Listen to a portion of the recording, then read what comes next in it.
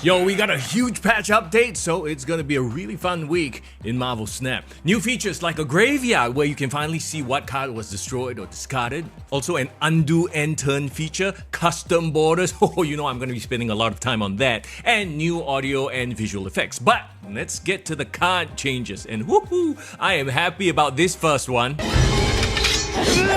She's back! Back to a former glory, albeit costing one more. Elsa Bloodstone is now a 3/3. Each card you play to fill your side of a location gains +2 power. So it's the old Elsa Bloodstone, costs one more, so she kinda competes with Hope Summers in that 3-cost spot in the Kitty Pryde Angela style decks, right? But she now buffs cards in all lanes, like how she originally was. They've also reverted when she buffs cards, so her power buff happens before on reveals resolve. So cards like Spider-Man and Beast will still get her buff before they go away.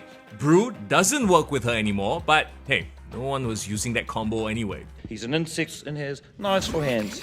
Meek's getting some love. His stats remain the same, but his ability now reads, when you discard a card, this gains +1 power and can move next turn. Okay, that's a big buff for the little bug. So he still gains power based on how much you discard. The power gain happens immediately, so that's a little bit more intuitive. And you choose where or if you want to move him next turn. You're hopelessly in love with him. Mantis loses 1 point of power, and her on reveal now reads, if your opponent played any cards here this turn, copy one of them into your hand. So okay, you still have to guess where your opponent's gonna play, but if you know what your opponent's gonna play, I mean, some decks are pretty predictable, you can end up copying a high value card. See, I like the potential mind games you can play here instead of randomly thinning your opponent's deck. Talking about deck thinners, Cable actually retains his ability but goes from a 3/4 to a 2/3.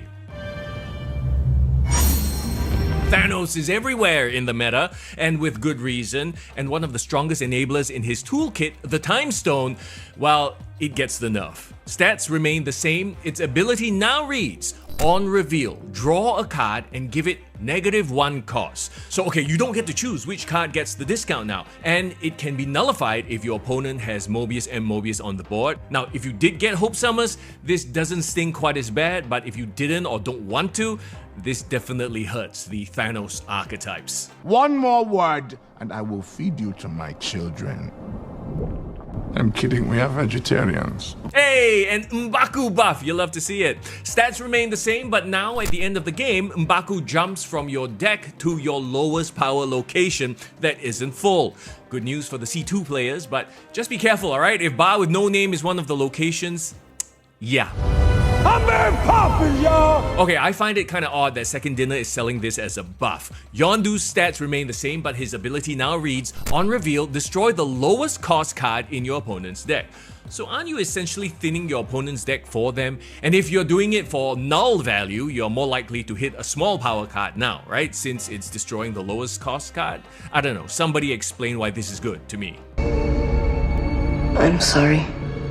It's okay. Is he the most hated on card in the game? Leech's stats remain the same, but now his ability reads, on reveal, remove the text from each card with an on reveal ability in your opponent's hand. Okay, so his disruption effect is much more targeted, he only targets on reveal cards now. So if you are not playing on reveal cards, you're fine. He himself is an on reveal card, so he can be stopped by Cosmo. He's still gonna be very disruptive though to turn 6 plays, wiping out abilities like Shang-Chi or Hela. I mean, it's definitely a nerf, right? Don't get me wrong, because he now affects less cards, but there is potential for him as an on-reveal card to get ramped out early and re-triggered by like a Grandmaster or Odin. Asgard is not a place. Never was. They've also tweaked location rarity, making these locations appear less often. And they standardized the triggering order of locations with cards that have end of turn abilities. So it'll go like location first, then card. So for example, if you have Sunspot on Asgard, right? If you weren't already winning that location, Sunspot's power gain will not help you win Asgard to get that extra 2 cards, because Asgard triggers first, location first, followed by card ability, Sunspot. And oh, Subterranea now gives you 4 rocks instead of 5. Thank goodness. If you smell what the rock is cooking. Woo! The meta is gonna look very different in the next few days. I'm excited for it. Hey, how do these changes affect your decks? What features are you most excited for? Let me know in the comments.